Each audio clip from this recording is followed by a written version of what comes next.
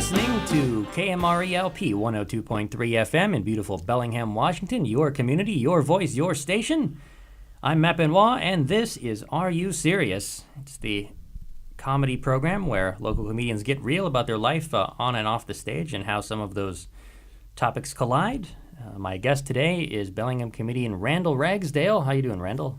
I feel very good, Matt. Thanks for having me. All right. Well, the pleasure is all mine. I think that's what you're supposed to say. I don't know. I don't like that because I feel like that means I don't get any pleasure out of this. That's true. That is a really selfish thing. Yeah, it's very selfish of you.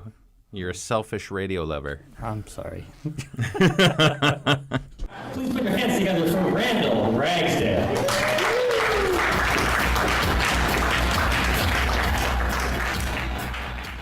You are 39 years old. That's true. You confront me with that. If you were a doctor, that would be like a diagnosis. Randall, I'm sorry to report you're 39 years old. Oh Jesus, what do I do? What do I do now? How old am I? How old do I get to be? How many do I get? Clearly, maybe not halfway through. The bag is not as full as it was on purchase day. That's going to be the title of this episode is I'm 39 years old. So, butt stuff kills butt stuff. Original. Masturbation, alcohol.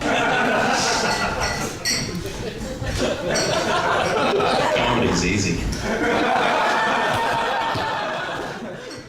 I moved to Bellingham, I believe now 19 years ago, and I consider it my home. I'm raising children here, and I have no intention of leaving for the foreseeable future. What brought you to Bellingham in the first place? I didn't have anything else going on in my hometown, and the place where I worked, which was video rental, my coworker, who was a friend who sort of turned me on to that job, was moving to Bellingham to become manager of a branch of that video store.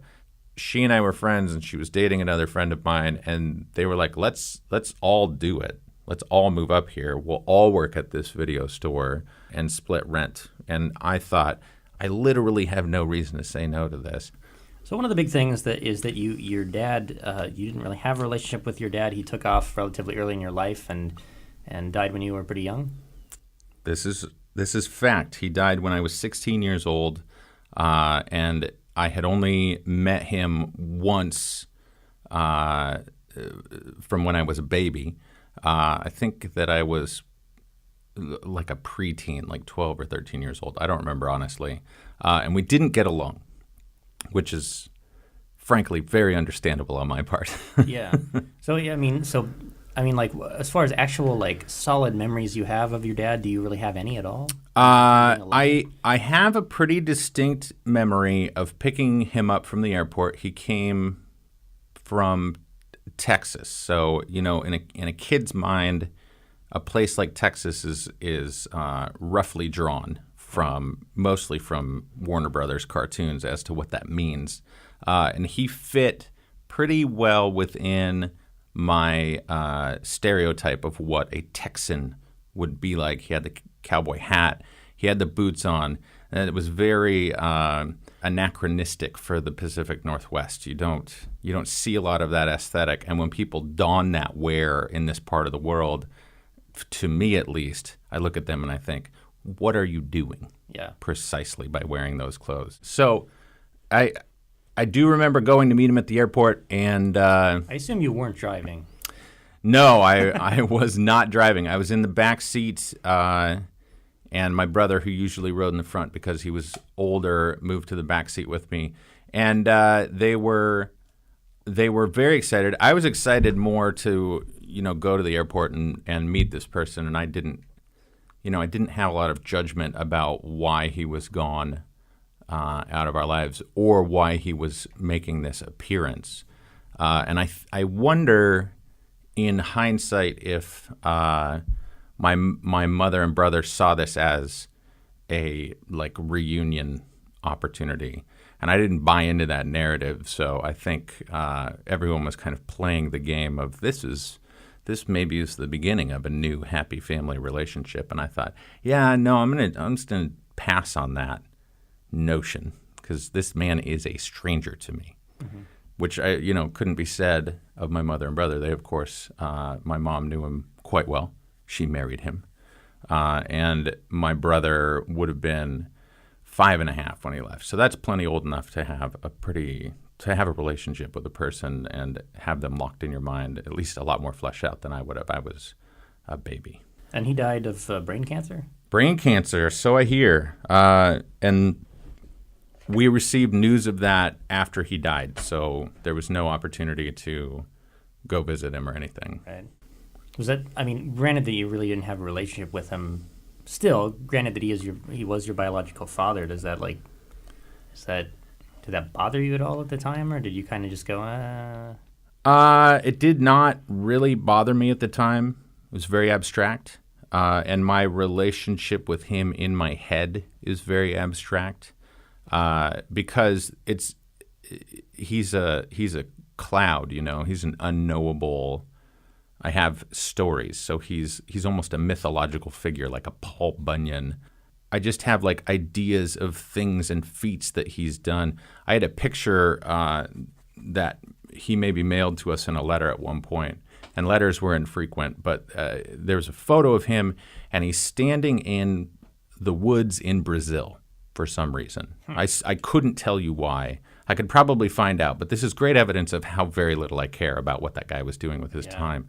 But in the photo, he was a tall man. He was 6'7", and tough, just a rugged, tough Texan dude with his blue jeans on and his cowboy hat on and shirtless, and he's standing in this forested area, like a rainforesty type area, and I could imagine that he was like chopping down those trees to build a house, some kind of outdoorsy thing. And so that imagery presented to a child is my creative brain filling in those spaces. I'm sure that the story was something really, really banal as to why I was in that forest. Take one photo out of someone's life, especially this is, captured on film. So you don't, who knows why anybody was pointing a camera at anything at that point in history. Unlike now, where you're just like constantly trying to keep up with like moments. There wasn't as likely to be a moment. Someone was like, "Ooh, we should get that camera," and then Lord knows he might have taken off his shirt for that. They might have been driving by that forest and said, "Hey, let's get out here and I'm going to whip my shirt off and have this photo taken." So, you have very few memories of your dad, but what are your first memories of comedy? What are your first memories of seeing stand-up? Few memories of my dad. Many memories of comedy. Yeah. It's like comedy was my dad. Psych, that's not how I feel about that at all. That's the title. Comedy was my dad. No, comedy was my dad. While I appreciate comedy, it's more true to say cartoons were my dad because I watched plenty of cartoons.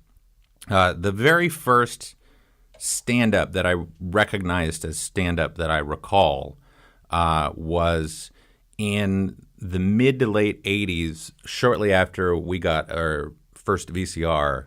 My brother showed up one evening after my mom had gone to bed with a VHS copy of Eddie Murphy Raw. And this is, it was in the sleeve and everything. So we were looking at the sleeve, getting really excited. There's Eddie Murphy in his red leather outfit, just looking larger than life. And we watched that thing, and I thought I would die from laughing that day. Tears streaming down my face, and we were terrified we were going to wake my mom, so we were laughing into pillows. My brother was like, "You got to laugh into this pillow." So you're like 10 years old, he's like 13, 14. Yeah. Just, pretty great bonding moment, honestly, between my brother and I of having this thing we definitely should not have had access to. So it was great. I remember understanding that he was telling jokes, that he was telling stories and making them funny. Everything felt 100% true to me. Lots of the content of that recording of that special went way over my head. I've watched it since and picked up on a lot more of the adult themes that were going on and some of the content that is now questionable for me for authentic moral reasons. I get to question and think about. But at the time, it was just perfect. And I looked at Murphy as just like the pinnacle of what a person could be doing. I imagined his lifestyle and his ability to do that, and I thought, this man has been touched by the grace of God. He's just in this amazing position, doing this amazing thing, and I felt really grateful for just watching it and having like the opportunity to see his work. I remember liking that so much. Eddie Murphy has this tremendous, braying, loud laugh, and I admired it and I coveted it, and I remember trying to laugh like Eddie Murphy, trying to get that like laugh out around my friends. I even felt a little embarrassed, like they're gonna know I'm doing Eddie Murphy's laugh right now. And I credit that in some ways for my very big laugh that I have now, where I feel like I laugh with all of me when I'm laughing, because I think if something's worth laughing about, I just let it go, which is fun and especially good in a comedy setting where you can laugh for comics. It's nice to have those big laughs in the audience to hear you and give you energy on stage. It's different when you're at, say, like a meeting with your kid's teacher and something tickles you, and then people are peeking their heads in from the hallway going, is everything okay in here? We're hearing some loud sounds. My child's grades are hilarious, let me tell you. It's the political season. This gentleman fancied himself into politics, and he hated fracking, so I instantly started to like it a little bit. I didn't know a lot about fracking, but I was like, pretty sure I'm into it. But talk about a terrible fucking PR campaign. Hey, guys, scientists, we've invented this new, more advanced way to drill oil. What should we call it? I had a word that sounded like aggressive sex and smacking someone. I've got it. Let's frack the earth. Let's frack it. Most humans think of the earth as a lady, a nice lady who's either sexy or old and matronly and super nice to everyone. Oh, I'm gonna frack you, Mother Earth. Bitch, lay down. Fracking, for those who don't know, which is probably everyone in this room, is the process of adding chemicals to a regular oil pumping process. To go a little deeper, fracking is a terrible name for this process. You're working with Mother Gaia, get a PR team in there. Hey guys, instead of fracking, let's write that down, brainstorm, we're staying open. But let's walk away from it for a minute. Here's what I'm thinking. Deep tissue massage of our Mother Gaia to release her essential oils. So you remember being exposed to Eddie Murphy there at around age 10, but you didn't try stand-up until February of 2013. You were 35 years old. Where was that and how did it go?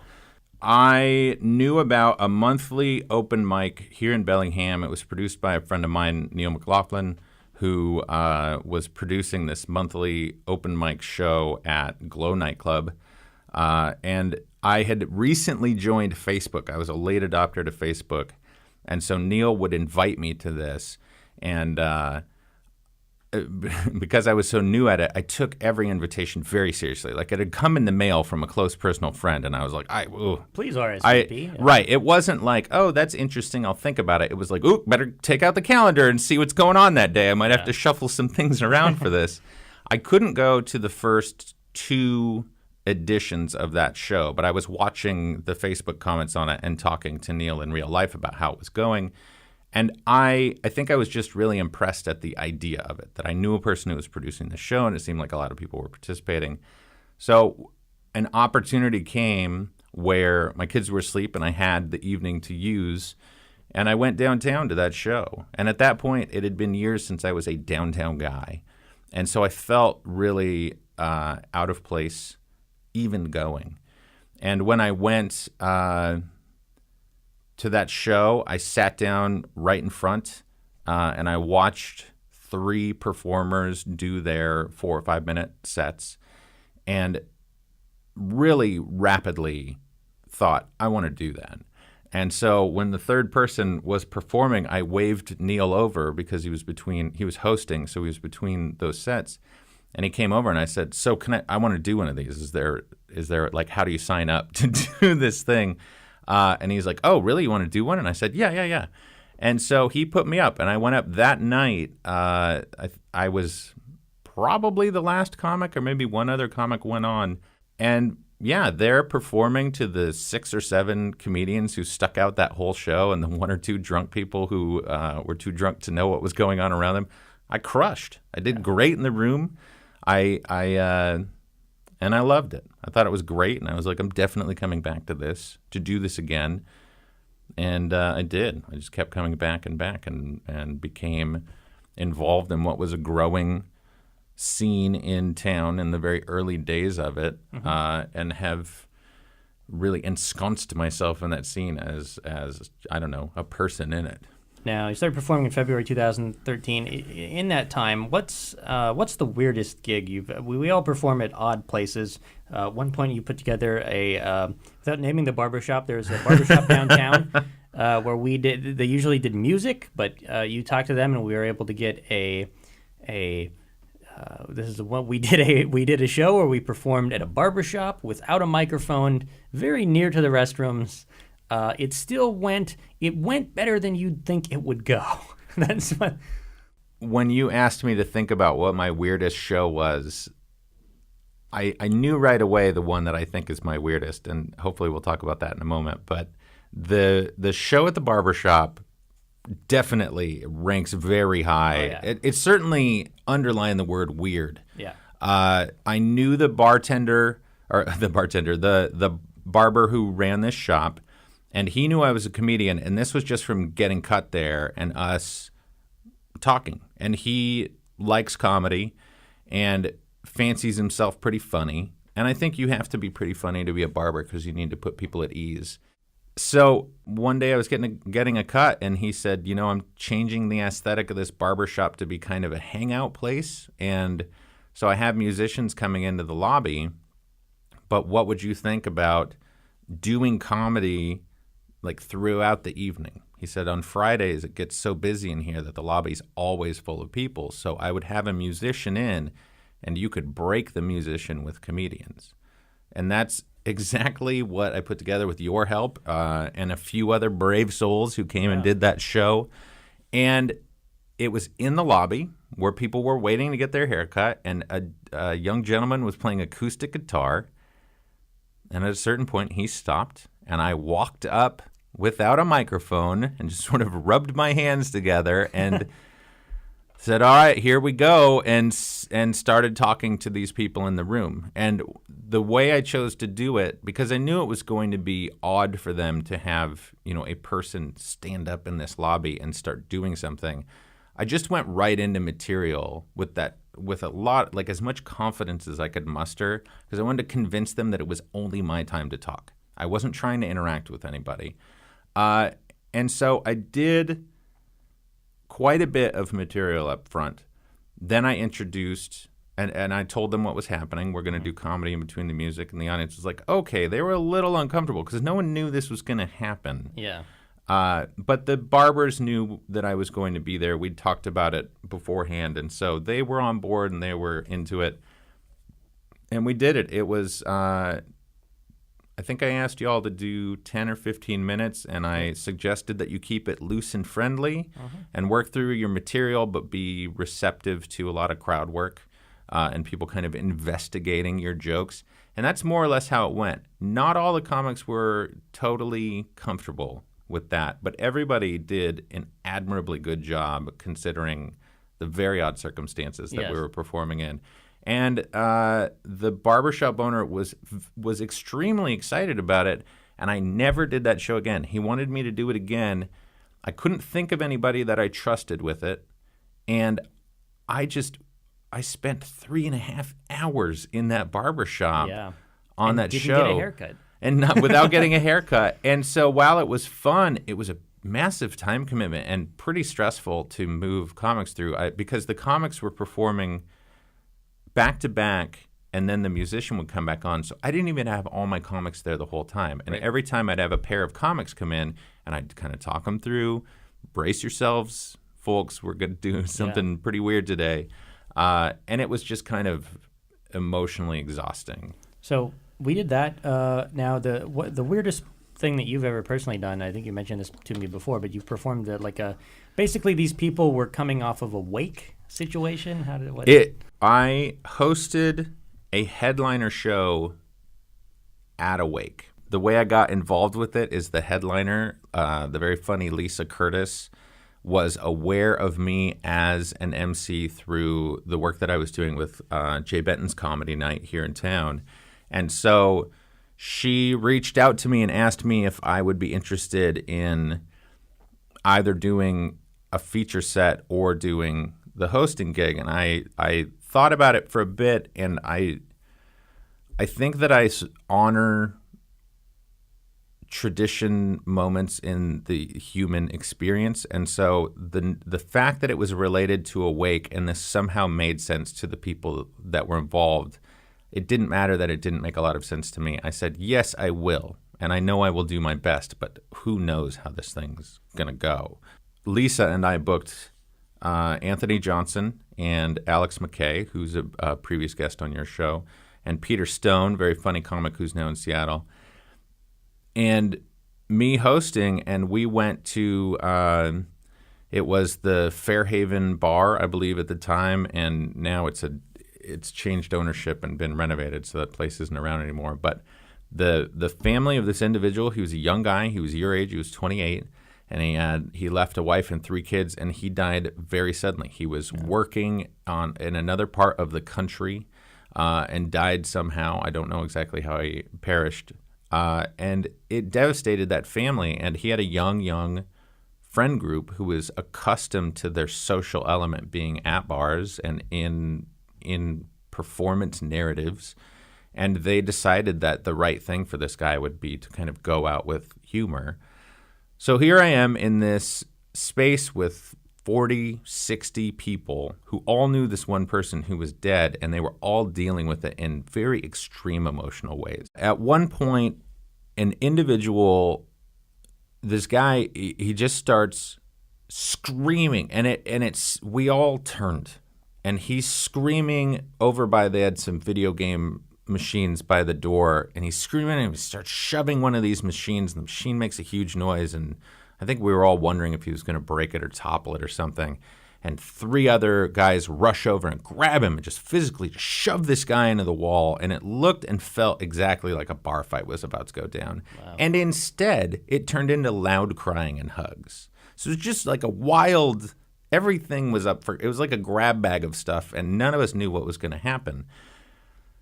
It was pretty interesting. So I went up to MC, and my favorite thing about, I think the reason I enjoy hosting more than any other job that you can do in stand-up is you take the bullet every time. That's an industry term for going up first. You go up to an audience who only has expectations, and you tailor the show to those expectations, and you tailor their expectations to the show. So I went up and, very somber and as respectfully as I could, apologized to the room for the loss of this guy. I mentioned how many people were there and how much love and emotion was obvious and apparent in the room. And I said, I didn't have the pleasure of knowing this guy, but it's clear to me looking around the room that he has wonderful people around him, and he wanted us to come here and laugh. And we're going to make you laugh. Unless you don't want to, in which case there's a space in the back and you can go back there and talk with people, and no worries, just don't cry up here. Right. I said, some kind of like silly joke like that. And people got it. They were like, okay, comedy is lovely in that it is this touchstone for everybody. Mm-hmm. And we're trying to relate. And I think in that moment of just abysmal grief, I lost a friend recently, and that's the first time someone in my age bracket has passed away, and he passed away very suddenly, and he left family. And I'll tell you, Matt, that grief just tears through you. It just rips you apart. And the room was just full of people feeling that. And I had no idea. I mean, I didn't know that feeling, but I know that feeling now, and I think that was a good idea. I think whoever thought this will work for this group of people had a really sharp mind about it. Everybody did really well. Everybody performed their hardest. Lisa did a great headliner set, and at the end of the show, myself and a lot of the other comics went around, talked to the parents, talked to the family who was sitting and maybe not so sure about what the hell they were doing there that day.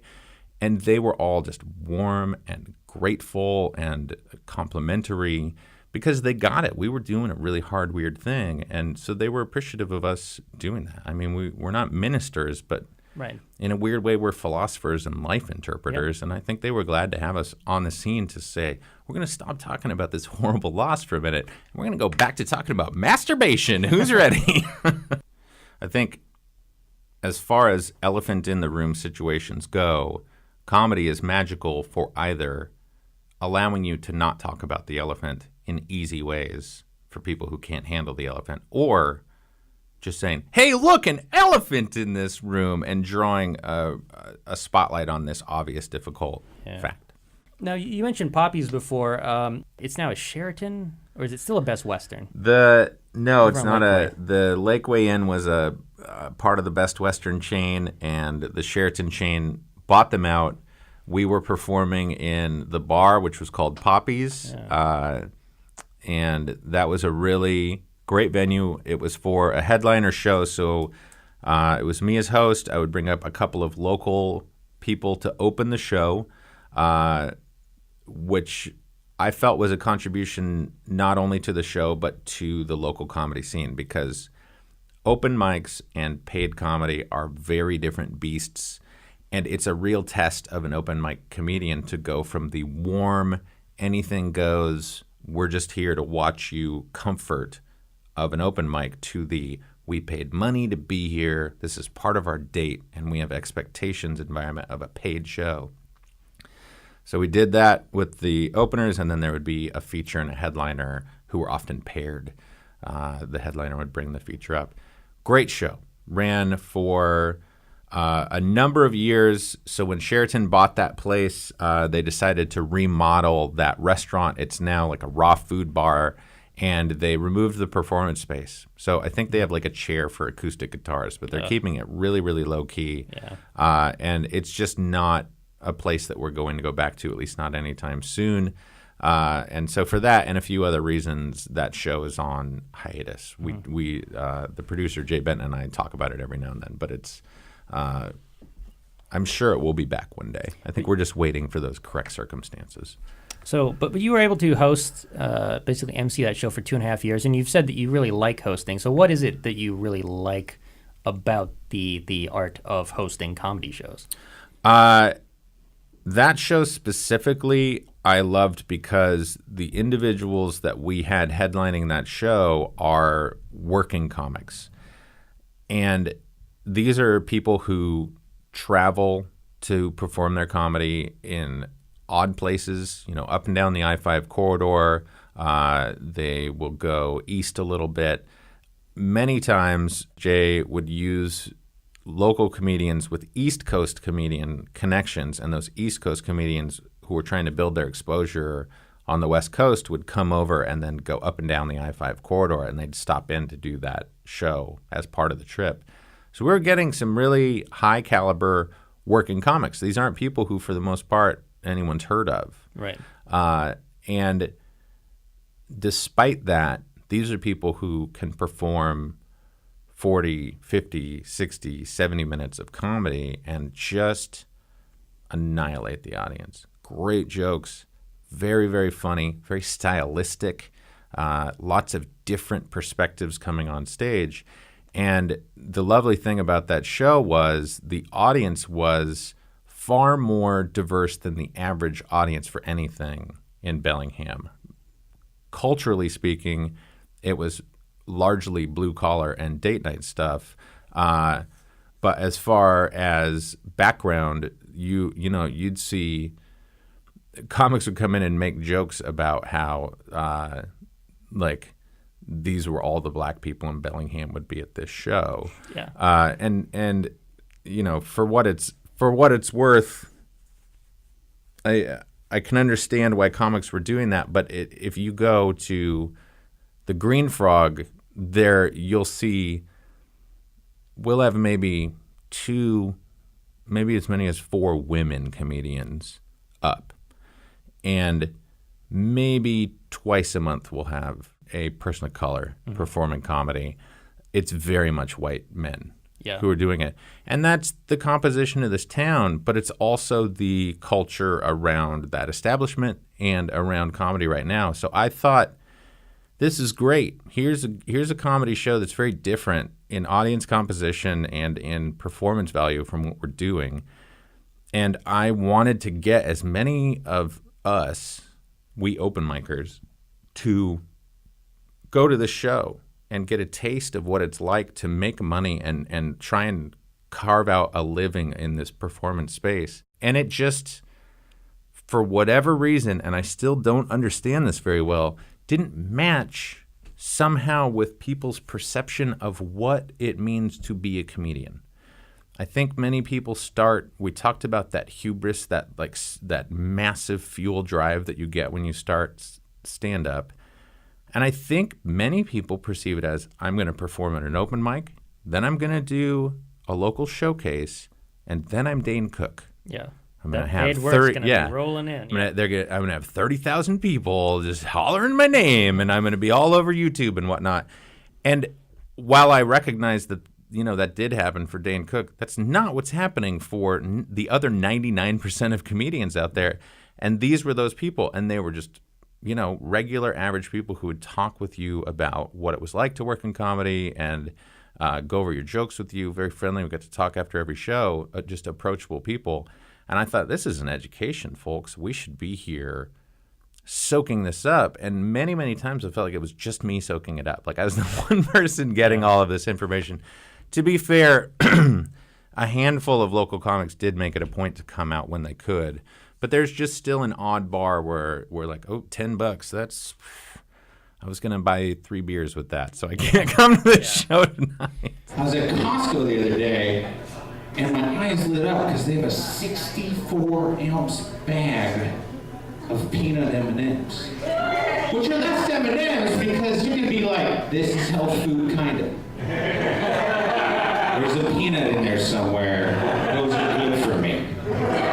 I just got to get through this thin candy shell, and that chocolate's a good workout juice. Right down the bag it said pantry-sized bag. Like, this is what your pantry has been lacking. A giant-ass bag of peanut M&Ms. I look at that and I go, pantry-size? You want me to put this in my pantry? Where my kids can find it?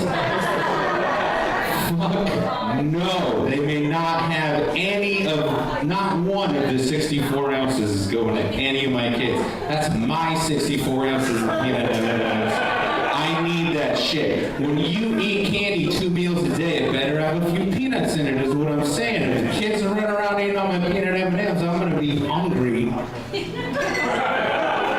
And I'm going to have to look at whatever food we have for them. What the fuck is this? Seaweed? I gotta eat shit? No, you have 3 slices of seaweed. Daddy's gonna reach up in the bathroom in this weird cabinet that nobody ever looks in that's supposed to be for linens. Bam! 2.5 ounces of health food buried in chocolate and thin candy shell for Dad. You are one of very few members of the Bellingham stand-up scene that is a little bit older and has done the family thing. Most of us are in our 20s or 30s, kind of misanthropes, don't have a wife or children, but you have a wife and 2 children. So how long have you been married for? I was hoping you wouldn't ask this question because I didn't do my work. 14 years? Sounds 14. correct? Yeah. Try it, by the way. If this ever happens to you, think of the years and then add a year to it, which is what I just did because 13 popped in my head, so I'm going with 14. Okay. My wife and I have been in a relationship just recently half of our lives. Wow. She's only 4 months younger than me, and now we are both past that mark where we have been in a relationship with one another longer than we haven't been, which is a really pretty cool and interesting thing to live through. Yeah, for sure. To be a part of. How did you meet? We met, I was taking over a management position at the video store that I moved to Bellingham to work at. And the manager there was helping me train, so I was doing interviews, and my wife was one of those interviews. Oh, cool. And it was, I loved her immediately. It was one of those things where I was like, oh boy, this is the right person. Yeah. And I'm hosed because my scruples will not allow me to cross any of those lines. So we had like, insofar as an interview was like a speed date, yeah, like it went really well, and I was picking up that from her too. Like this feels like more than an interview. We just enjoyed one another, and I sort of lied to her a little bit so that she'd take the job. I told her that the hours were more flexible than they would be, and she's still mad about that. She took that job, and I wouldn't make a move, but I was 19 years old at the time. Wow. So the people who worked at the video store, these were my friends. I wasn't a student in Bellingham, so that means you're a pariah if you're a college-aged person in this town not at a college. Right. It's a weird, difficult existence. All of my coworkers were students, and these were my friends and my sort of ticket to a social scene. And one of my friends there tricked me into asking my now wife on a date. Oh. And so that's how it happened. That was how I circumvented, because I never would have. Honestly, Matt, I would have just held that professional line and never made a single move. So I was tricked into that by somebody. A pimp, if you will. A pimp put us together. Okay. I was pimped out to my future wife. Well, that's worked well, obviously. It's gone pretty well.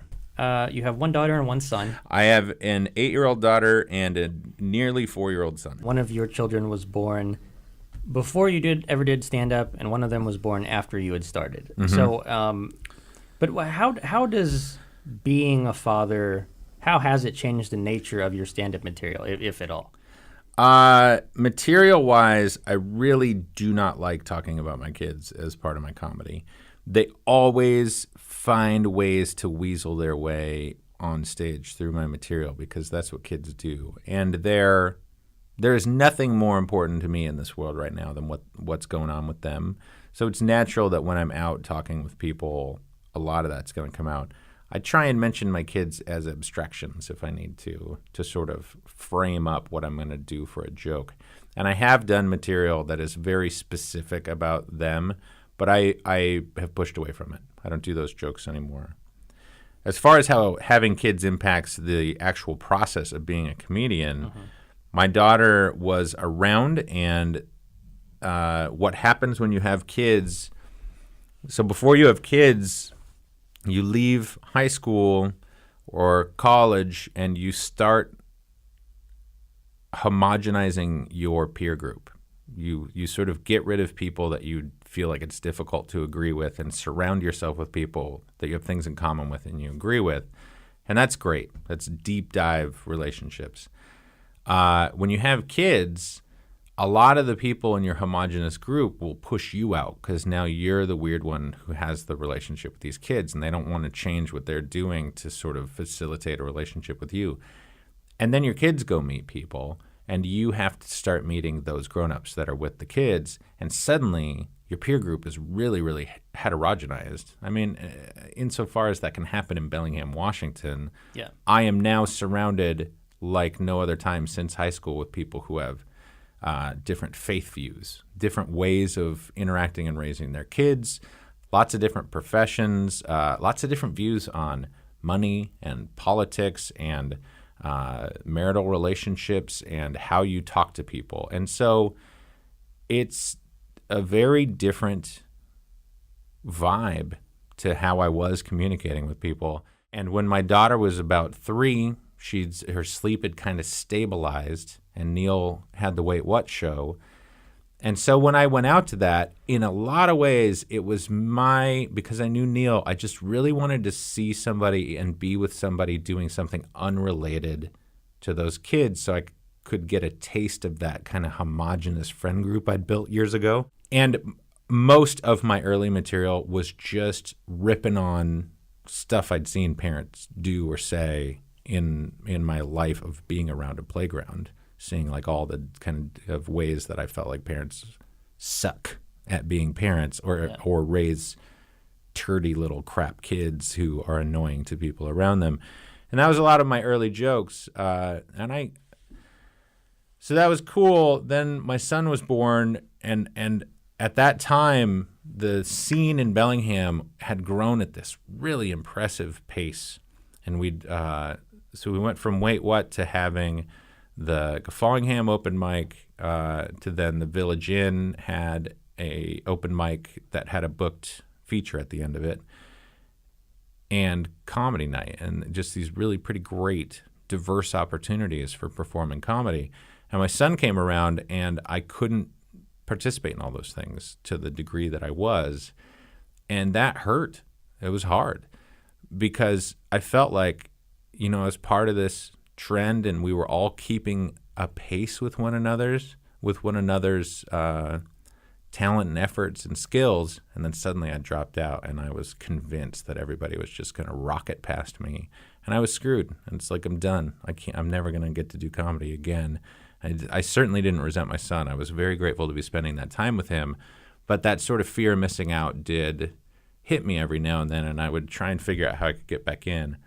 And my wife, in her wisdom, at one point when I was sort of moaning and going on about this very difficult thing I was dealing with, she goes, "Oh, is comedy going away?"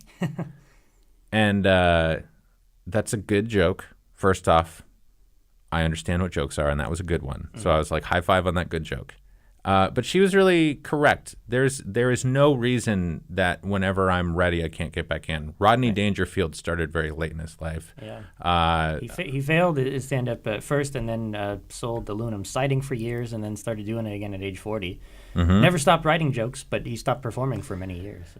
Phyllis Diller, too, great comedian who started late in her life from being a housewife. So she was taking this like a portion of life that people maybe didn't care to hear about the jokes, and then became an amazing comedian out of it.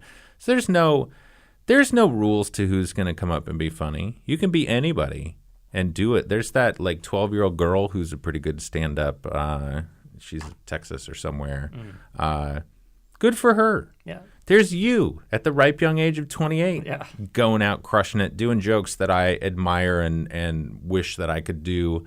There's just a lot of room for it. So now that I'm able to spend a little more time doing it and reapproach it, now that my son's sleep is stabilized and I can kind of spend more evenings at it, I'm fine. Mm-hmm. The world didn't pass me by. I'm still pretty funny. I'm still not great, but I'm willing to put the work in. So it's okay. That's the level I'm at, and it's fine. Everything is still fine. Right. I'm glad the scene survived. That was one fear of mine. It collapses, then it's not there for you, but it's right. Still, and we do have a very delicate scene.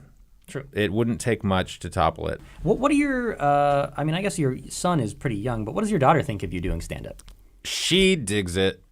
She and she knows Jay Benton. He's a friend. So he's Comedy Jay, because her best friend's dad is named Jay too. So he's Comedy Jay, and I think she just really likes that her dad is part of a thing.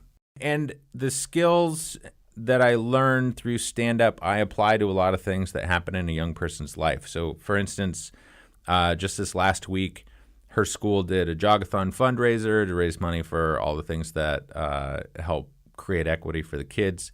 And I was the MC of that. I put together a 30-minute music mix that the kids ran to, and then I was on mic interspersed with their time, just hyping them up, just saying where they needed to go and what they needed to do, but hyping them up and getting the parents who could be there to volunteer to engage with it. That's your school. You go to school every day. School's kind of a monotonous place. And then one day we're all running outside and there's music and there's this dude on mic, and I know what I'm doing. I can go for 4 hours and keep the vibe up and really energize that. Honestly, a few more laps were run that day than otherwise might have been. I mean, maybe some other great MC was around, but I took it because I want to be on that mic. So, encouraging people, you're not like, stop now, stop now. You're only going to damage your heart. Stop. If you're listening to me, school parents, you take that mic out of my hand at your own risk.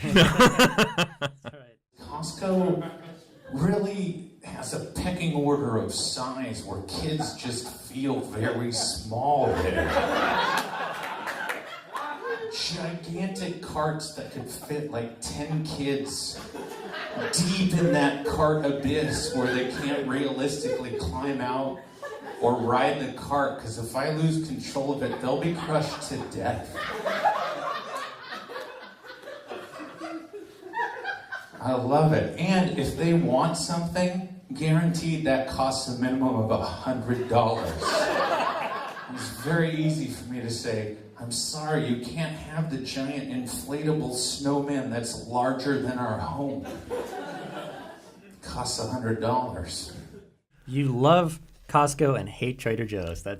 This is a fact about my life, and apologies to any of the fine employees at Trader Joe's. You're good people, and when I say I hate Trader Joe's, I don't mean that I think it like shouldn't exist or whatever. I just see it as this cultural phenomenon that is like not for me. Yeah. I'm not into it, but I do go pretty regularly. You don't buy into the hype, though. It's a love-hate thing. I don't. I see it as like a trend grocery store. Yeah.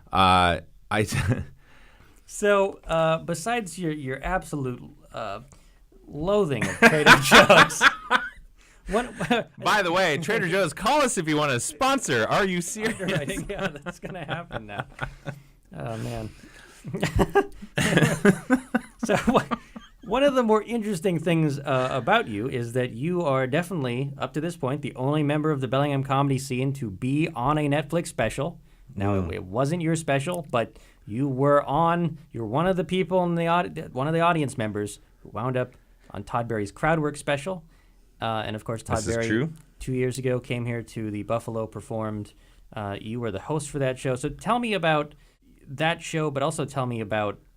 Can we talk about my best friend, Todd Barry, now? yeah, clearly. You guys are... Have him give me a call so you can be on the show.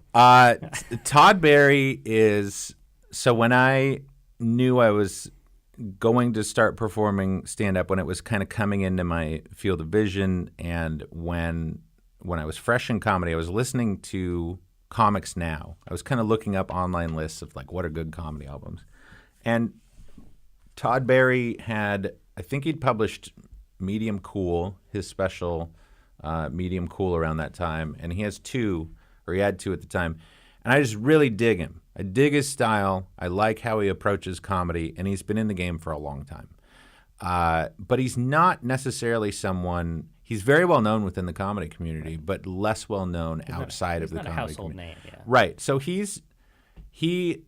I love crowd work. I love that extemporaneous joking style that is a big power play between you and whatever you're doing with that audience member at the time.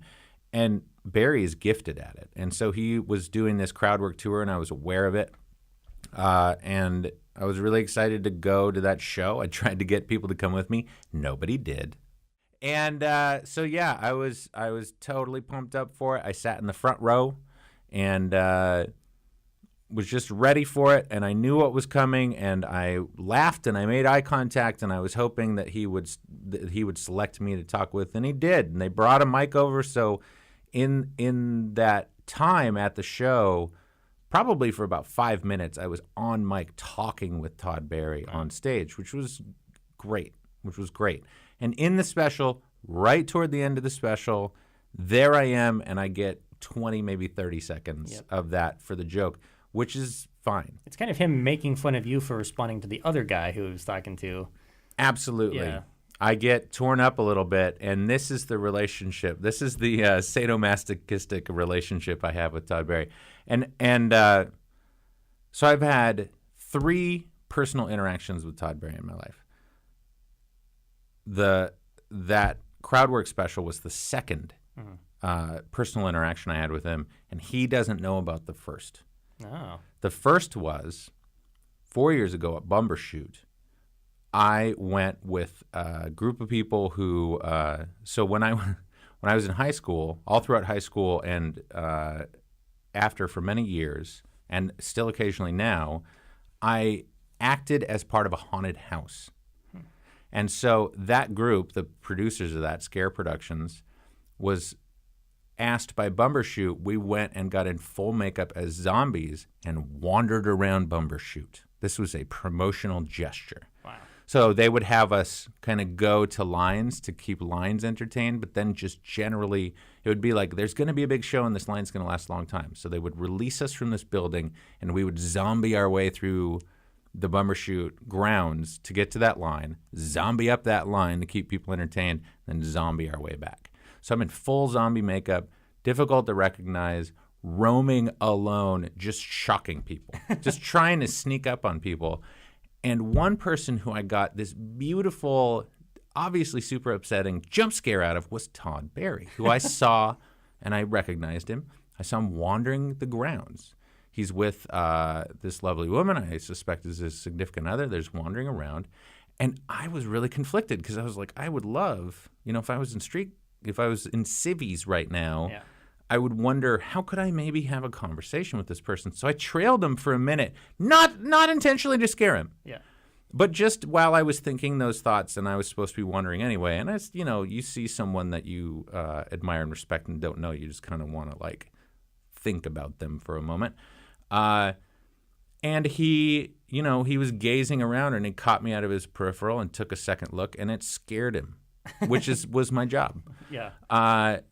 And the woman that he was with laughed, because that's how it works. You scare the one person, the second person gets in and laugh. It's everyone gets scared by stuff by that. That's the whole point of a jump scare. And I could tell that he was grumpy about it, which is a really normal thing. Most people, when you scare them, they're like, screw you. That wasn't nice. And it's not nice. No. But I was asked to be there. So So that was my first interaction with him. And then later, when I was done being a zombie, I took my makeup off and I saw him perform there, and he was great. Yeah. So then I did the crowdwork show and was on that show. And then when he was coming to Buffalo, I had hosted another comedy show for Buffalo and for Wild Buffalo. And so I was just like, I would love to do this one too. Mm-hmm. So they said, yeah, sure. I mean, I'm kind of, at least as far as Bellingham is concerned, I have enough MC cred that I can people know who you speak about it. And it's on my resume. So I got to do that, and that was cool. I got to go downstairs in the green room and chat with him, and he remembered me from the crowdwork show, and we talked a little bit about that. But not from the zombie scare. No, in fact, since we both know Todd Barry listens to every episode of Are You Serious? Yeah. Sorry for startling you, Todd. That first time, I was not creeping on you, except in a professional sense. And I saw Marc Maron too, and I scared him. Nice. I scared Marc Maron. So that's exciting. You weren't the only comic that I got a little jump scare out of that day. And it was a festival environment. These things happen. I'm not going to apologize, but I am sorry if there's bad blood about that. When you were at the Vancouver show and you talked to Todd Barry, and did you know it was being filmed? Oh yeah, yeah, because I'm sure everyone knew. You had to sign paperwork on the way in. Right. It was a big part of that because he'd done a crowdwork tour, and this was his second crowdwork tour, or maybe he had just extended the first one, and it was really good. And you can tell when you watch the crowdwork tour that it's a very well-produced, essentially documentary of Todd being the best in the game as far as I've ever seen at extemporaneous interactions with audience members. It was a pleasure to watch. It genuinely was, because I understand from experience the pressure of the energy dynamic between a performer and the audience. And I enjoy pushing back on audience members who push me, hecklers who feel like they are wanting to contribute to the show from the crowd without being invited. Right. When that happens in my set, if I go up to do time and someone heckles me, I will in a heartbeat drop the rest of my set. Forget the set. This is going to be better. Yeah. And I've chased it every single time because I want that. I want to learn when I'm on stage. And you can learn from performing your material and getting better at it. But there's a lot more to learn than just, here are my jokes. Right. a lot of stagecraft, a lot of how do I present myself? What do I do with this mic stand and this chair that are up here with me? Do I bring a drink? Do I not bring a drink? Do I bring notes? How do I handle my notes? Right. There are all these questions and answers, and one very critical thing is the audience might be misbehaved. And I really want to train in that aspect, to get strong in that aspect, not only because I love to be an MC and you face a lot of weird challenges as the MC and it's your job to keep things cool, but because I don't know where this is going to take me, where comedy will be 10 years from now, 20 years from now in my life. But I know that I'm going to have difficult interactions with people. Right. And if I can handle that from stage where someone is being like openly aggressive to me, then maybe I can handle that, more readily when I'm dealing with just regular life situations. When you actually sat down to watch the Crowdwork special, you said you bought it from his website. When you watched it, you didn't know that you had made the final cut. Correct. I bought it immediately when it came out. I watched it probably the night that it came out, and because I wanted to watch the show, I'm a fan, and of course, because there were cameras around me and I was on microphone at one of these shows. So I was like, I wonder if any of that stuff made it. And that's a really weird feeling. There's a lot of the fact that I'm there is something that I am at once proud of and terrified is someone's going to tell me about it. And that's happened, by the way. I've had people go, hey, man, I just watched that Crowdwork special. It's on Netflix right now, and you're in that. And I'm like, I know, right? That's exciting. I don't know what to do now. So, I saw it that night. I saw myself in it. I went through the emotional response and then just am accepting the tiny little bit of outcome that comes from having yourself be in 20 seconds of a comedy special as an audience member. That's cool. It is. It's a cool thing to have out there, and it made me nervous, but it's gone well, and it's taught me a lot. I feel like I'm a bit old. I'm a bit non-native to the social media component of stand-up comedy, and so I'm always watching that. Like, I don't know. I record my own sets, then I delete them later. Yeah. Audience members, who knows what they're recording? Or Timmy sometimes records shows. So it's like I never know when the ghost of Randall Past is going to show up and like shock my future in-laws because my kids are married. They're like, should check out this 2014 video where Randall says all people should die. That's it's funny because I'll be at shows and I'll be watching people in the audience.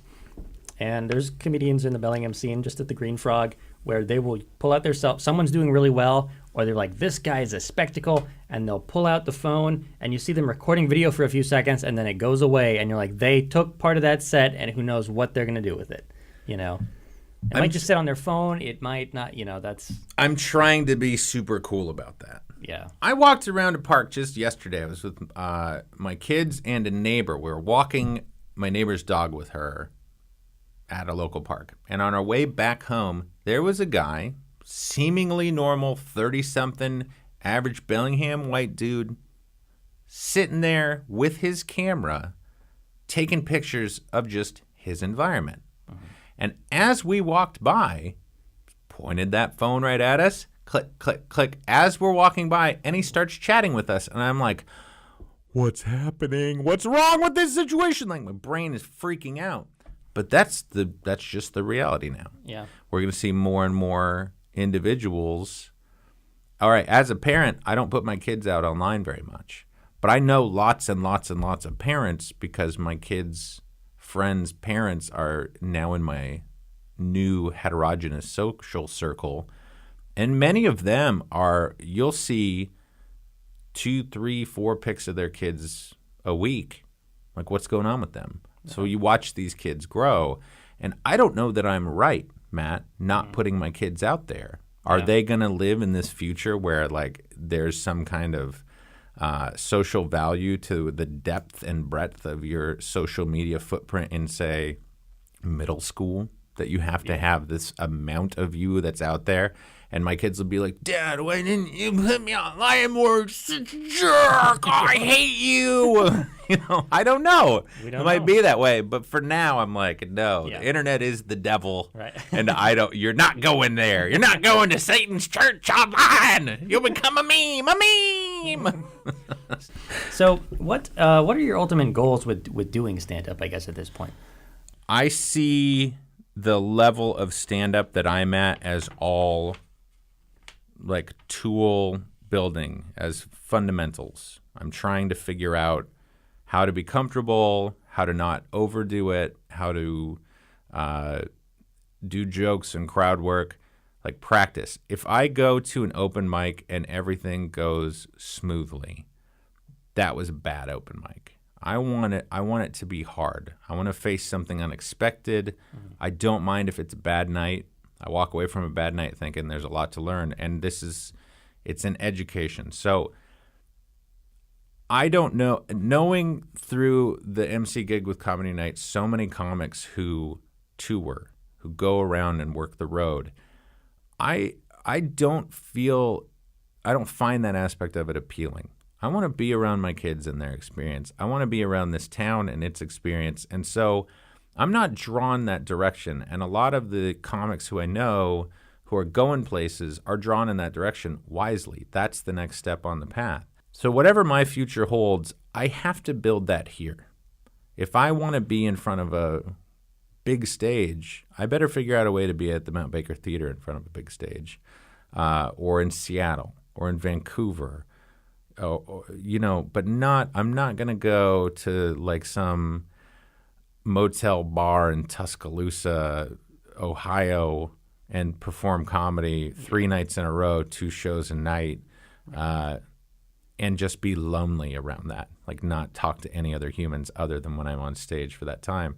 And that's really what that life is. So if that's all stand-up can offer, I'm going to take this open mic grab bag and then eventually just be done with that, because I am not going to be 30 years from now like, hey, I'm that guy who does the open mics. You know me. I'm exciting and fun. Like, that creeps me out as an idea. Yeah. I try to break up. If I go there too many times in a row, I'll skip one.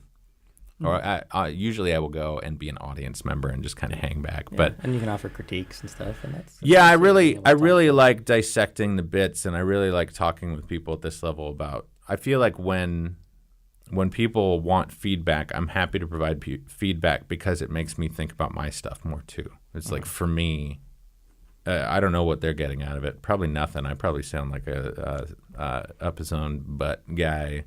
But I love that part of the social media aspect of it. I like to work on jokes with people that I know just throughout our day through Facebook and things like that. It's a fun way to do it. One of the ways that that you do that is by occasionally, you'll do this, other people will do this. You'll find a ridiculous headline, a ridiculous news story, kind of offbeat story, post it in the private group that the Whatcom County comedians have, and then you try and come up with different punchlines for it.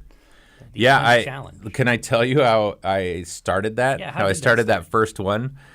I was, pretty fresh in comedy, and wasn't I knew a lot about social media online, but I was a late adopter to Facebook. I didn't really want to participate in it. So here I was with a Facebook account, and then there's this the What Comedy Country Club, this private part of Facebook where we can all talk, and I knew everybody there, so I felt very comfortable. We would talk about shows and things, and somehow I heard a news story where there was a woman who had bottled her own urine and was caught spraying it on vegetables at Hagen, the Hagen near my house. Really? Yeah, and that came across like the Whatcom police scanner, and I read it and I was shocked by it, and I think I was texting my wife about it, and I said like a pretty funny thing about it, and I was like, oh snap, there's a ton of jokes around the notion that this woman took a bottle of her own urine and sprayed it on vegetables at Hagen. So I just copied that and I put it in the forum, and I was like, hey, here's a punch challenge for you. Here's the setup. It's this thing that happened, and like what jokes, and everybody just had fun with it. It was like people were just like, yes, like their day was waiting And then the cool thing about it is it doesn't cost you a lot of time or effort, and comics are always trying to review these things. So you can read that headline, go about your business, something funny will pop in your head, and you can hop back in. Yeah. So after months and months of doing that irregularly, I would see these headlines and post them up, and then other people started doing it too, which was great. Alex McKay and I formed Bellingham Comedy, and then later brought Ben Menard in, and that's just a comedy promotion tool on Facebook. Mm-hmm. But in the early days of that, we were going to make it kind of a production wing. And there are 2 shows that we put on that are great shows that exist in reality before we decided we weren't going to produce comedy with it. But I was trying to promote local comedians and build buzz, and so what I did was I said, I'm going to do this punch challenge every Thursday officially. Right. And everybody do a joke if you can. The headline will be the setup, and you punch that setup. And then everybody else in this forum, just be really liberal with your likes. And the ones that get, I'm going to put the top 3 or 5 or whatever most liked punchlines on the Bellingham Comedy page anonymously. And we're going to ask our audience there to vote. And whoever gets the top one, I'm going to make an image macro. It's just their face. I made a little trophy of a jackass, like a little image of a jackass that was like bronzed, and it said Bellingham Comedy Punch Challenge or something like that. And I put the headline and the punch in white text, and then it was just a thing that the comics could kind of have and promote themselves on their page, and we could tie it into Bellingham Comedy, and it was fun. I think Alex was giving away like an ice cream cone if people wanted to, so it was just like a silly fun thing. One of the live shows we did, we had an audience member do the punch challenge, and so their punch challenge is up too, and it was just a fun thing that I did for a while, and then we stopped because it got, I don't know, it started to lose some of the fun of it. A lot of people stopped participating, like they felt like maybe they couldn't win. A lot of the same people, because there are different styles and different strengths, it really played to some people's strengths. So some people were like winning very consistently. And so we stopped doing it, and there were no punch challenges for quite a while. And then we sort of picked them up, and now it's a fun thing again. I won't do it as the sort of pro thing. I don't see that having anything. But it was fun in its space. It's a good like timepiece for what we have done as a comedy club. And I think it's just a good quick exercise too. It's a good comedic. Just come up with a very short punchline that's you know, riffing off of something. They're so fun. I won one of those. Actually, I won 2 of those, but I'm genuinely proud of one of the ones that I won, which was about somewhere in another country. Someone went to a Walmart, and they went to buy donkey meat, and it was actually fox meat. And so there was a lawsuit. And so I put this up like man goes to buy donkey meat and leaves with fox meat. And my punch was, it's actually the first time anyone's gone to Walmart looking for ass and left with a fox. And I'm very proud of that joke. I think it's a funny thing. And, suddenly I was like sharing that, and my aunts and uncles and stuff could see this. And I'm like, whatever, that's a good joke. I'm going out on that one piece. Awesome. So, speaking of peace, we are drawing close to the end of the show. We've got the bonus questions that I always ask every person who comes on this program. The first question is, what is the closest you've ever come to dying? I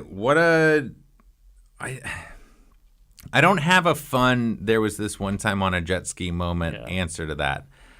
I don't know why. I mean, I was in a car accident once. I've been in a few car accidents, and one where I got a little bit dinged up. That's about as close as I've come to like, I nearly lost my life that day. I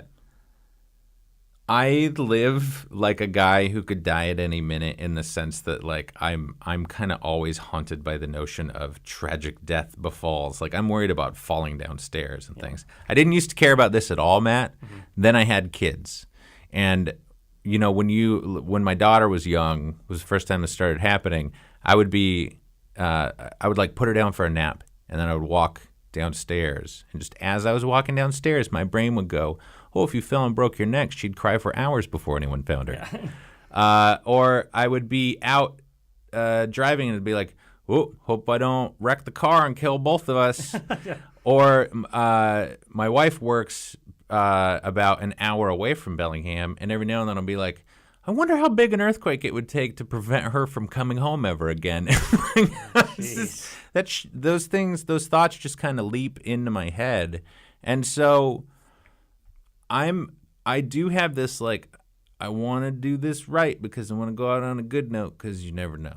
Yeah. So, like, what's the closest I've ever come to death? Right now, this microphone, like, blows up in my face and I'm dead. There's probably some moment in which you were fairly close to dying or doing a certain activity that could get you close to dying and not really think about it. Or yes. Really know. If I was doing any of those near-death things, I didn't go, ooh, learned a real lesson out of that one. I was like, just bumbling along like an old silent film star of like buildings falling around them and just sort of just wandering through it unscathed. And I mean, being that you are, you do have children and you're headed into middle age, obviously that all impacts your awareness of your own mortality. But you did mention that you had a friend that passed away recently. Yes. And he is a guy that we've been through a lot of things together, and a friend whom I love with my whole heart. Young guy, has a kid around my daughter's age, and it's the first time anyone in my life in my age bracket has passed away, and it just tore right through me. So I feel dumb. Here's the weird thing about it. I feel dumb more feeling this sorrow. Like, he's got people closer to him who are more reliant on him. This is just someone I looked forward to having years and years worth of friendship with, and now that's gone. And he's someone who, I look at the world full of just terrible old monsters who won't go away. And, one of them passed away today. Goodbye. I would have, if I could have traded, take that guy. I'll write you a list of people who were worse than my friend who passed. Right. And Dick Cheney is still out there, damn it. Right. And look, it's not nice to talk about people dying, but like, death is some real garbage that we have to all deal with. I am going to die. You are going to die. My kids, who are better than both of us, as I mentioned earlier, are going to die eventually one day. Better not be before me, kids. If you're listening to this in the future or playing this at some kind of memorial, good for you for being alive and I'm dead. I don't want to watch you go first. That would be hard. Yeah, man. I think a lot of life, a lot of what's great about comedy, honestly, is we're laughing in the face of that. We're saying comedians often are people who have a real hard time with life. And I've faced some real challenges that I wouldn't say I use comedy to work through them, but like, it's nice to be able to go to a place and just say dumb, funny, relatable things and have that pluck a string throughout the room. Yep. Where everybody's like, oh yeah, we're in this together. It's the good ship Earth, populations of humans, and we think things are funny, and we get to kind of celebrate that in these weird, dumb, silly little ways. It's great. Yeah, absolutely. So the other question, and I always enjoy this because, again, people have you have rational fears and you have irrational fears. But what are the things that you fear most in your life? Irrational fears. What are things I'm afraid of? Well, I was afraid I had to repair my dishwasher recently, right. And I was afraid to reach my hand in that gross part of it. Yeah. I don't always like dealing with gross stuff, but as I get older, I'm better about it. But something in my brain is like, you're gonna go live in that world now. You're gonna reach into a gross thing, and then it's gonna consume you. That's a great irrational fear that I'm dealing with, other than the like irrational fear that I'm gonna die suddenly and like leave my family in some dire strait. Yeah. Yeah, man, I'm all about rational fears. I like to spend my time really concerned with things that actually are a problem. My thanks to Randall Ragsdale for being on the program. If you'd like to contact us, you can message us or comment on the Are You Serious Facebook page. We'll be back soon with another installment, but until then, I'm Matt Benoit for Are You Serious? Keep it right here for more great local programming on KMRE 102.3 FM, Bellingham. When the lights get low